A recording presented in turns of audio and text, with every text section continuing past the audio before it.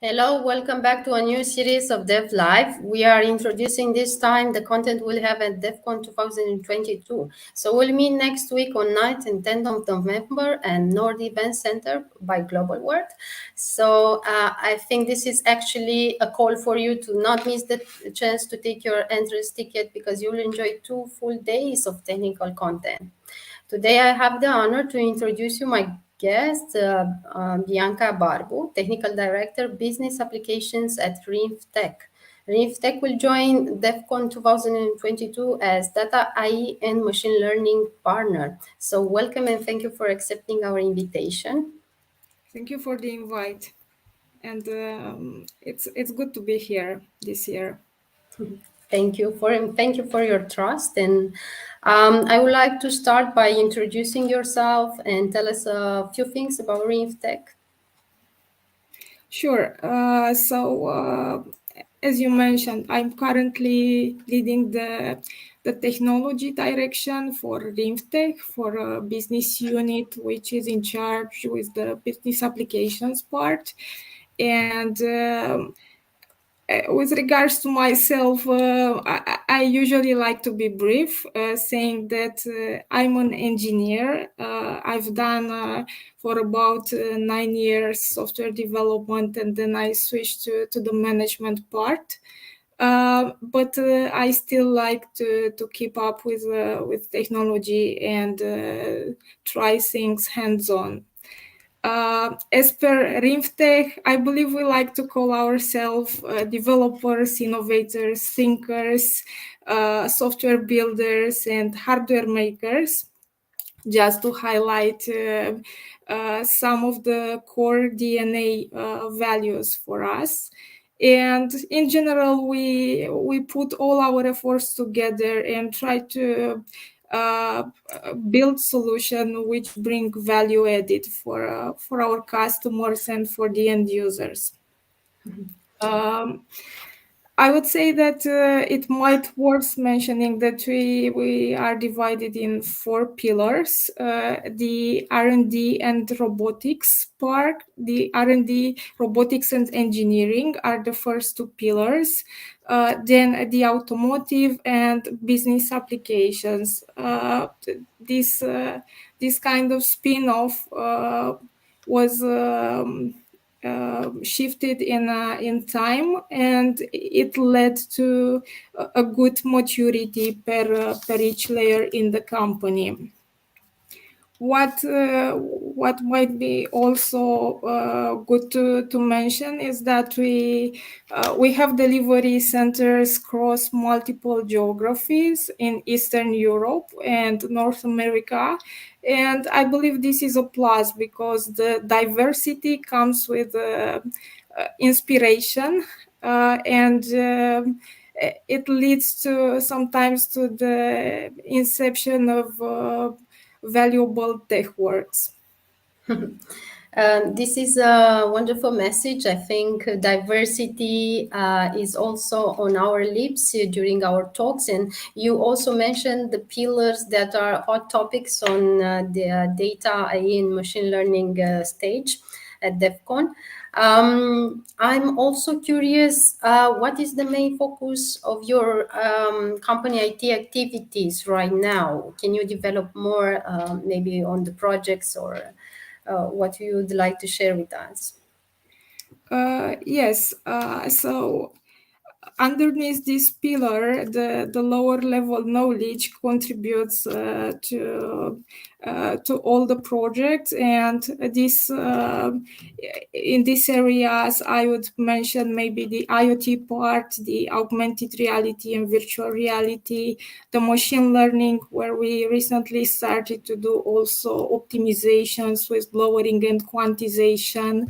The cloud native development or edge solutions development, optimization workloads for cloud solutions, business process automation as part of digitalization projects along with computer vision and so on.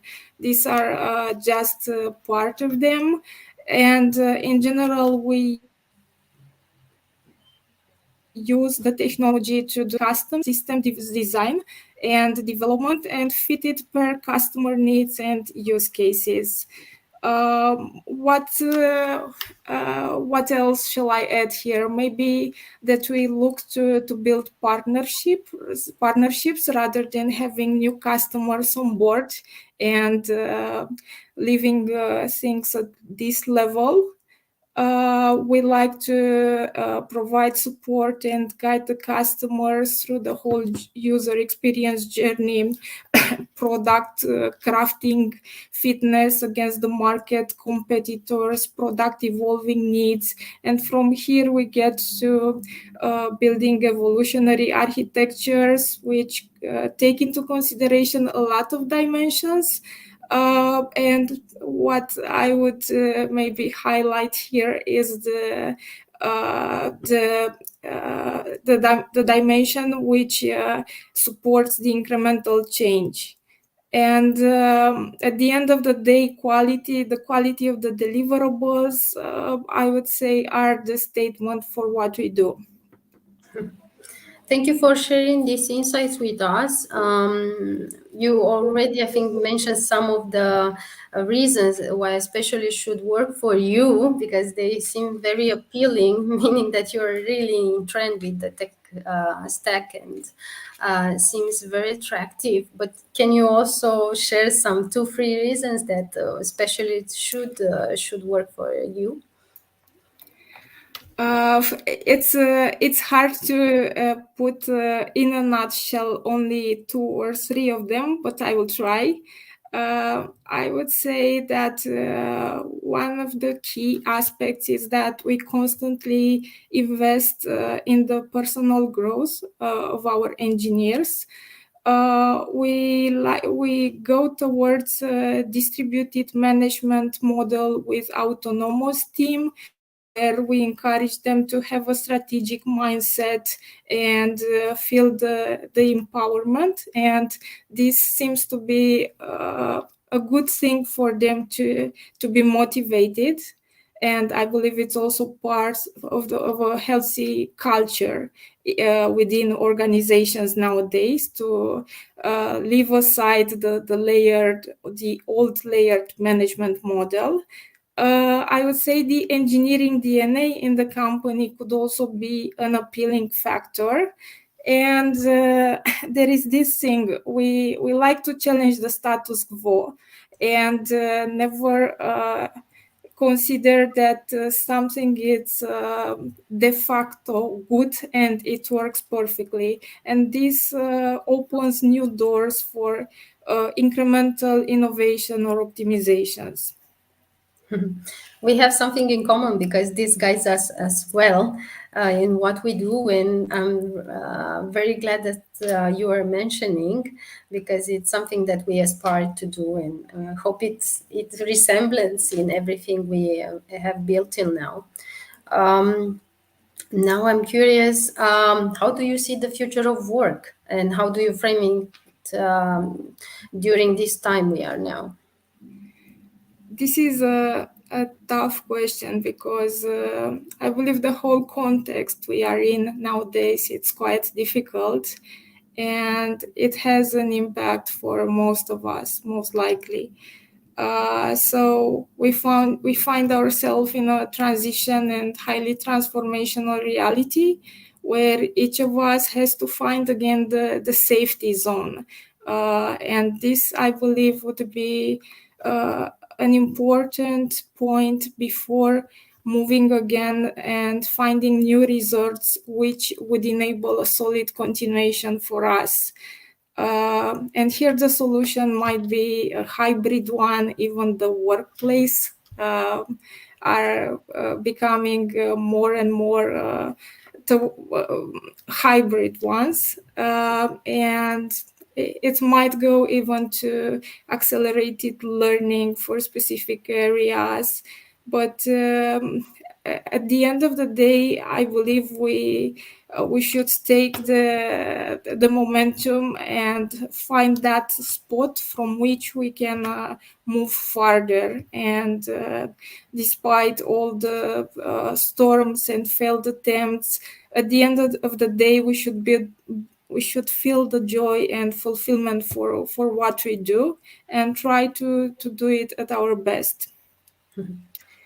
And I believe we should keep the confidence and try to make a difference. Sometimes it's tough, but it's worth trying. That's true. Um, how do you see the future of technology since we are approaching a fully tech conference? What do you want to emphasize on the future of technology? Okay, before reaching the exact technology areas related to this question, I would say that it's also about having the company who will accompany the whole shift. I mean, it's not enough to drive the company through technology changes without adapting mindset, processes, way of working. You need to do more than that, and the companies should be aware of this part. Then there are a lot of waves and trends, but I believe it's worth investing for what you believe in and what would have the most significant impact. But sometimes it can be also a complementary investment and extension towards what organically would be a shift from the skill set that you have and the existing knowledge in the company. Now, to be a bit more specific, I really hope that in 2 years, maybe maximum 4 years, the hardware will be ready for quantum and machine learning algorithms could run on quantum computers. I believe this could bring a significant gain for a lot of industries. Then, with regards to existing digital twins, I believe the next level would be interconnecting digital twins to gain more complexity and have relations between multiple entity types and gain more significant behavior insights and data insights. And an example which I keep thinking about here is, for example, for clinical trials on medicine nowadays, they do it via patient trials. So it's not, let's say, the best way, but this is how it goes for a long while. Whereas if you'd have a sort of simulations on digital twins, the number of tests and trial patients you'd involve would be significantly less and would continue decrease. And I believe this kind of solutions come with an impact, and the technology, it's nice, it's challenging, but we should find a way to make it bring a value and an impact for each of us. Yeah, for sure. That will matter a lot. Um, uh, we've Other been than talking. this, just to resume on this, maybe it's worth mentioning about the Ultra Leap Part 2 as a next extension from AR VR. But that would be it in a nutshell at this point. Okay, I understand. So we've been talking a lot about why should somebody work for you and what you offer. But I'm curious, what strengths should the specialist have in order to work for your company? That's a good question. I would say that we've first of all we value the people for their potential. We don't expect everyone to fit within a box of requirements, but as long as we see that the engineer, or it can be even a non-tech role, has a potential and has an organic plan to learn. We sometimes have this joke that some of the consultants seem to have graduated the university before the college, meaning that they didn't try to consolidate their knowledge on the foundation and the concept. And they started from a higher level, but the connections are not ready for them to develop and to move to the next level. So I would say as long as they have this analytical mindset, they are willing to learn, and they are willing to work in teams and understand that as brilliant as an individual can be, the outcome of a team and the results of a team are significantly higher, and collaboration is very important. We've been talking about this subject lately. I think it's interesting approach that can be developed more. So the soft skill side, I think it's been revealed a lot in our latest interviews and during our podcast. So I think it's a valuable lesson to not forget to be part of the team, because you can bring bigger value to a project. Exactly. Being a dynamic market, and I know by now that the tech talent demand is heating up. So how can technology businesses can build access towards this talent, and how can this talent can be retained in your business? I would say there are definitely a couple of factors, but maybe the empowerment part, the consolidation of a culture where you are not afraid to fail and you are allowed to fail, while failure should be acknowledged as a pillar for further progress and reaching out to significant results, maybe. A good life and a good balance between the personal life and the work, which is something which becomes even more challenging with the whole pandemic situations. And I would say it's also about the projects being able to support the blend between complexity, the new in terms of technology stack and system design, so that everyone gets the chance to learn at least every once in a while when joining new projects and trying to make improvements and optimizations in their solution. So I would say those are part The of the ingredients. factors which could help. At the same time, it might be also about the culture of the companies and organizations. Uh, I would say that if someone resonates with the company culture, the collaboration with the colleagues is good. This should be maybe another reason to retain the talent. Okay, so last but not least, do you have any advice for the tech people, or maybe for the aspiring tech people who want to grow in tech industry? Um, yes, I believe I could. It definitely depends from one person to another. But for me, what was important, uh, I would say at the beginning, we tend to be afraid, and we shouldn't. We should just study harder and harder to get where we plan.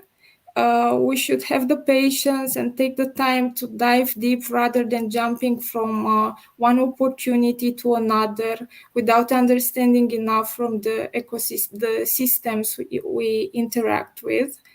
I believe it's also important to find an inspiring mentor and try to follow that person. It would definitely help on a long term to have this kind of support. And then I would say to try to take your lessons from the failures, save the energy for doing things better, and find a way to bring at least increments of innovation in day by day reality. Not all of us have the budget and the time to do pure innovation, but at least spin-offs or ideas for incremental innovations are still possible. Thank you for sharing these valuable lessons with us and the information you've just already revealed with us. I think this is the conference we want to build next. So we'll meet next week in order to take our lessons, reconnect with the IT community, talk human to human, and maybe share some ideas and see how we can have impact in the community. Thank you, Bianca, for being our guest today, and see you at DevCon next week. Thank you, and waiting forward for November 9th and 10th. I'm really waiting forward for these days.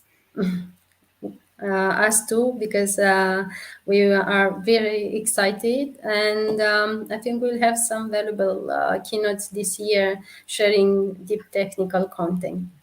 Thank you, everybody. Have a good day, and see you tomorrow with another podcast. Have a good day. Bye. Bye.